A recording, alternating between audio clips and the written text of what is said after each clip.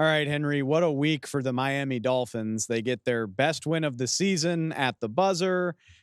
The one seed is in play. It's all right there for them. And not only do they fall short against Baltimore, I mean, that part's not surprising, but to lose by 37 points. I mean, where do you go from here with a loss this deflating coming right at the wrong time?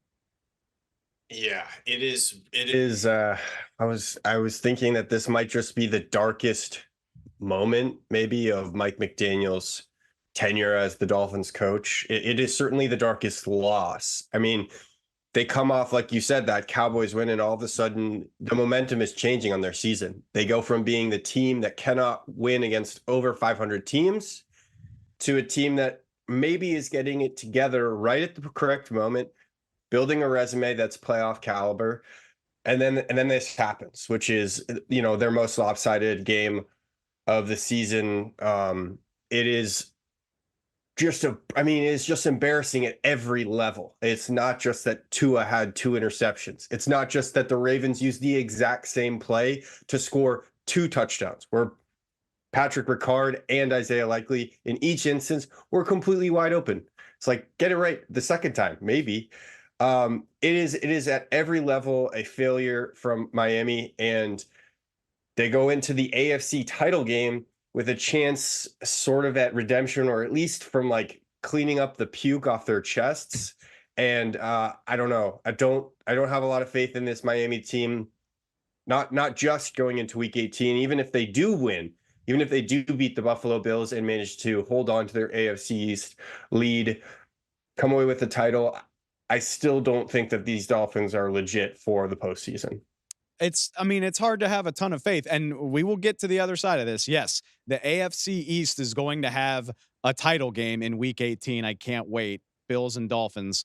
Get to that in a minute, but I want to go back to what you just mentioned about the defense. I mean, yeah, was it a banner day for the Dolphins offense by their standards? Probably not, but the degree to which Baltimore receivers were running free in this Miami secondary all day long at like all depths of the field is this just a schematic breakdown, bad day at the office? I mean, knowing that you've got a play extender like Josh Allen coming up on the schedule, how do you get back on track there? Yeah, I go back to that Hard Knocks thing that's going on HBO, and there was a moment where Mike McDaniel's on the sideline and he's talking about one play drive. We're going to put it up to, I think it was Jalen Waddle, and they got the right coverage and quick 75-yard touchdown. Well, guess what happened to the Dolphins? The exact same thing, opposite thing. The Ravens throw up a 75-yard touchdown, and they had a one-play drive. It kind of like set the mood for the whole day for the Dolphins. They're a team used to making explosive plays. They're a team used to being in sort of command, and that was sort of the opposite of what eventuated today. Receivers left completely wide open. In the case of Zay Flowers, Isaiah Likely, Patrick Ricard, the players I talked about earlier. And I was on this podcast, I think 2 weeks ago, talking about how, going into the Cowboys game, the Dolphins were letting up 100 more passing yards per game against elite offenses, or rather just teams that are above 500, right?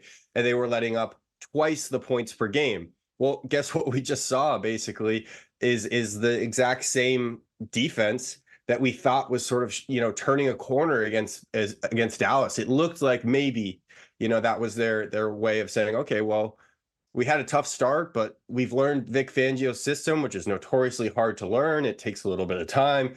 Maybe they were peaking at the right moment. Wrong.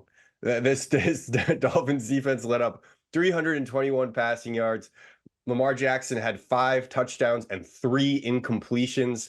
It was an absolute embarrassment, and I hate to just absolutely bully these Dolphins when they're down, but look, they bullied a bunch of sub 500 teams for the greater part of this year. So they've acted as bullies. They've tried to punch above their weight class or pick on someone their own size, and this is what happened. The bullies got bullied, I guess.